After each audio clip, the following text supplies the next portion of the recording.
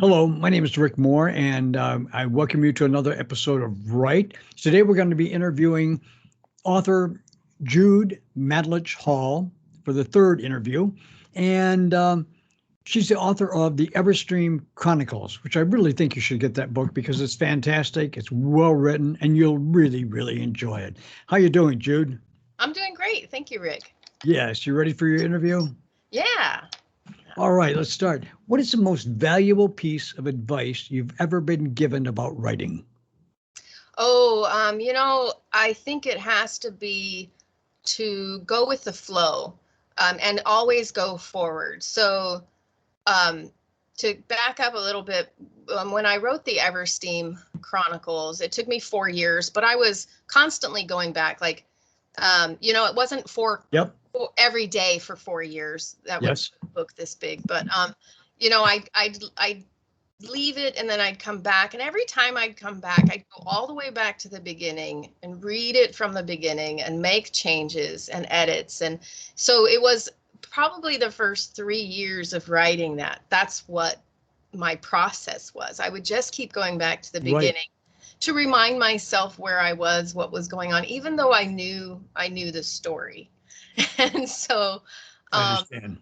I I did NaNoWriMo actually for the first time last November of 2021. And I went to a couple online writing sprints, and a writing sprint is just, about 15 minutes of you start writing. It doesn't matter what it is, just go with the flow of your mind. It doesn't matter if it doesn't make sense, if it's going anywhere, just go, go, go, write. And those really helped me to break that need to go back. And so I've been working with a few people with writing sprints, and it's Right. evolved, of course, over the year. And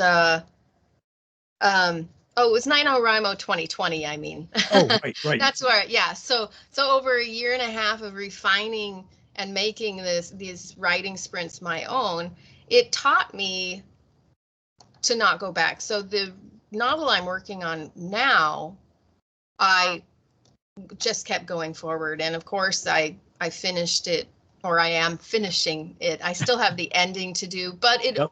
it took me only I think 6 months to write the rough draft. Oh, that's great. And yeah, so I think when the muse is talking to you, you just keep going forward because the muse isn't going to wait. And Right, right. that's my new philosophy. The muse does not wait for you to edit, Oh, good for does not you. wait for you to go back. So just keep going forward, because when you reach that end, you can always go back later, right? We can always Right, edit right. later. We can do all that stuff. Now, So what do you think is the best way to improve your writing skills? the best way to improve your writing skills, Yeah. probably to read other writers. So, I'm not going to sit there and trudge through a bad book, but I think at least exploring why you aren't, like, when heaven you forbid read you something. trudge through a bad book. Yeah, I'm but not- it's like I now my before I would read something even if I weren't enjoying it. That was when I was younger. Oh, As really? I got older, I was like, there are too many good books to ever keep reading something bad that I'm not Right, enjoying, and not necessarily bad, but something I'm not enjoying. right. So, someone else will probably enjoy it. Something that teaches you how not to write. Yeah, and so not just exploring the books that you do love to read, but also like taking some time. You don't have to finish the whole thing, but when you do Right, pick something up, when I pick something up and I'm not enjoying it, I am now trying to figure out, why am I not enjoying this? What do I want to avoid in my own stories? So right. so reading is super. Read the good stuff, explore the bad stuff, you know, um, but be in that world. I think I That's said good it in my advice. That's last good interview, advice. that Well, writers that don't read, I don't think they get it. yep. I don't think they do either. Yeah. I mean, I So, don't think they do either. What has helped you or hindered you in the writing of your books? um, myself. Just distractions. So I think I'm going to say this, and secretly I'm not necessarily following it to the T. But I think having somewhat of a schedule, it doesn't have to be a really strict schedule, but what I'm trying to do is I'm really trying to have a loose, like, this is when I write, and when I'm writing, I'm not doing this other stuff. I'm not doing social media. I'm not promoting. I'm not, I just. Because those are a series of endless distraction to you. Oh, yeah. And you're never, we all know, right, is we never have enough time. Right. And there is always, always, always going to be something else to do. Always. Right. So and you got to write in the moment, I think. Yeah, you do.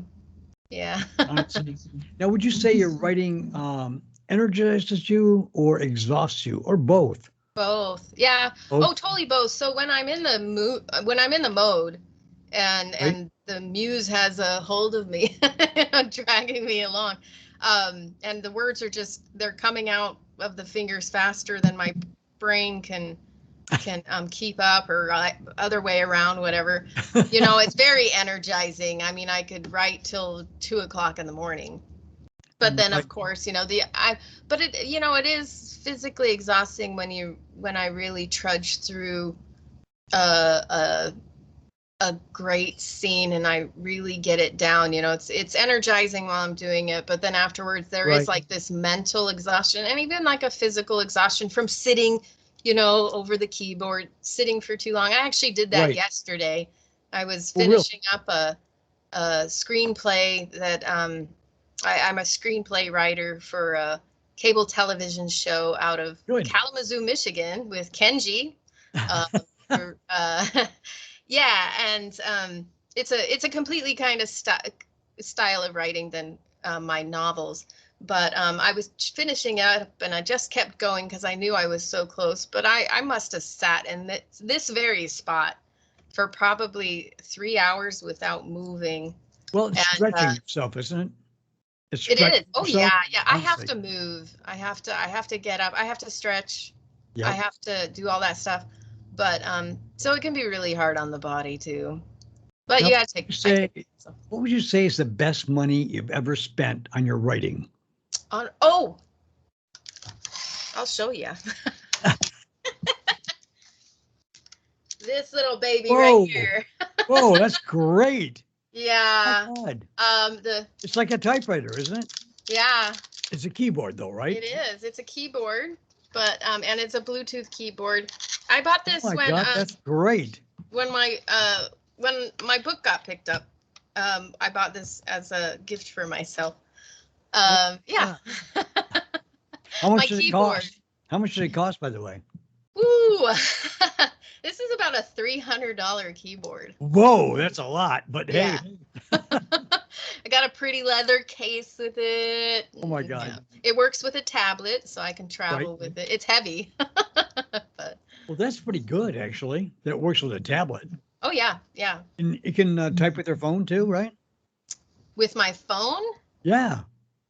Well, it's yeah, I suppose I could. Yeah. So, I couldn't imagine working on. I feel like a lot of people do nowadays.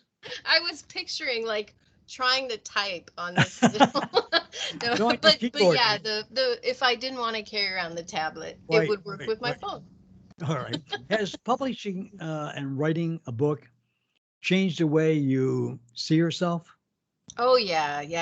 I never thought I would finish a book, for one. And as a matter of fact, I put it out of my mind a long time ago. I wanted to be a writer, but through lack of support, unfortunately, and the logical frame of mind is, there are millions of writers out there. There's too much competition. You're gonna work too hard. You're not gonna get anything out of it. Yes. Get some skills. I was a musician too, so I don't know why music was okay, but writing wasn't. But that was. Oh yes. That was the message, and so I stopped, and so when I did start writing again, I was like, oh gosh, I've missed this, and it's really funny because there was a point where one day I told my husband, it's like, I can't believe I have a book coming out. I never wanted to be a writer. And he looked at me really funny and he said, what are you talking about? You never wanted to be a writer. You Right. have boxes and boxes of stuff from high school and colleges, papers and papers of ideas, which I have to go through one day. Oh, yes. But, and so it's really, I kind of blocked it from but that opened up and creativity has opened up for me. And now I was your a second business album. owner for a long time. So, Okay. it's really blossomed for me. So I feel really good about it. It's brought me a lot of confidence. Good. I feel like I can say I'm a good storyteller. I've got really cool ideas. Well, you are. And you have really cool ideas. Congratulations. Now, what stage or stages of your life would you say you did most of your writing? Oh, now. Yeah. Oh, good. Yeah. 46 years old. I'm writing more than I ever had before. I'm working with you. I've got, an anthology. I'm finishing up an anthology right now. I'm this close to getting that done. I'm this close to getting another novel done. I'm writing script writing. It's like, yeah, I'm writing all the time. Good. Now, a two-part question. Would anyone in your family disapprove or approve of your writing, anything you've written? And does anyone in your family read your books? So far, my father is a big fan. All right, good. He thinks it's weird. He asks me questions. He's like, I just don't know where your mind is. Like, he's Croatian. He's been in the States for a long time, since he was a little kid, but he still has that kind of European view. And so, although he's weird too, Europeans are weird too, right? But we're all weird in different ways. And, and so yeah, he's a big fan. It's really great. I love when he asks me questions. So it's like, why is this character doing this? And when he refers to my characters by name, Right. It's just really great. Do you have any other writers in your family? My older sister has, I think she's written a little bit. All right. I don't think she's finished anything. Right. Too busy. Yeah. So yeah, I mean, it's there. I'm not sure if anybody else is. Well, yeah, that's possible. I mean, who's been the biggest supporter of your writing? Oh, my husband and my child. Yeah. Oh, that's nice. Yeah. It's been great. I wouldn't have done. I couldn't have, and probably wouldn't have had I not had their support. So it would have been a real struggle if I hadn't had their support. That's really great, Jude. Yeah, and it's really fun. It's really cool. Actually, support to the point that my husband wrote a short story, his first short story ever. No, really? He's 50 years old. So never too late to start, folks. Oh, great. 50 years old. I was talking to him. So my character in the Eversteam Chronicles, Clarence W. McGillicuddy, he inspired me. We came up with the person's name together, the character's name together. And the character is kind of based on a Halloween costume he had one year. And so that's where that character came from. And so he really helped me develop McGillicuddy. And then I kind of went with it from the initial. So I was saying, man, I really need a McGillicuddy story for my anthology, but I have no ideas. And I was picturing like McGillicuddy time traveling and facing dinosaurs. So it's like dinosaurs meets Western, but I just couldn't wrap my brain around it. I was like, I've got to do this other stuff. And so he was like, well, I have an idea. What if I wrote it? And I was like, okay. And he wrote it it took him about a week, maybe less. I mean, the muse took him. And it's really good. Really? Yeah, it's really good. And maybe he'll write a novel too, right? Maybe, yeah. So yeah, it's really great. All right. What's the name of your book again, by the way? The Eversteam Chronicles. Eversteam Chronicles. And it's on Amazon, of course, and Barnes & Noble. Yeah, it's And on ebook. It's, yeah. What's your website address? www.judematulich-hall.com. That's Matulich.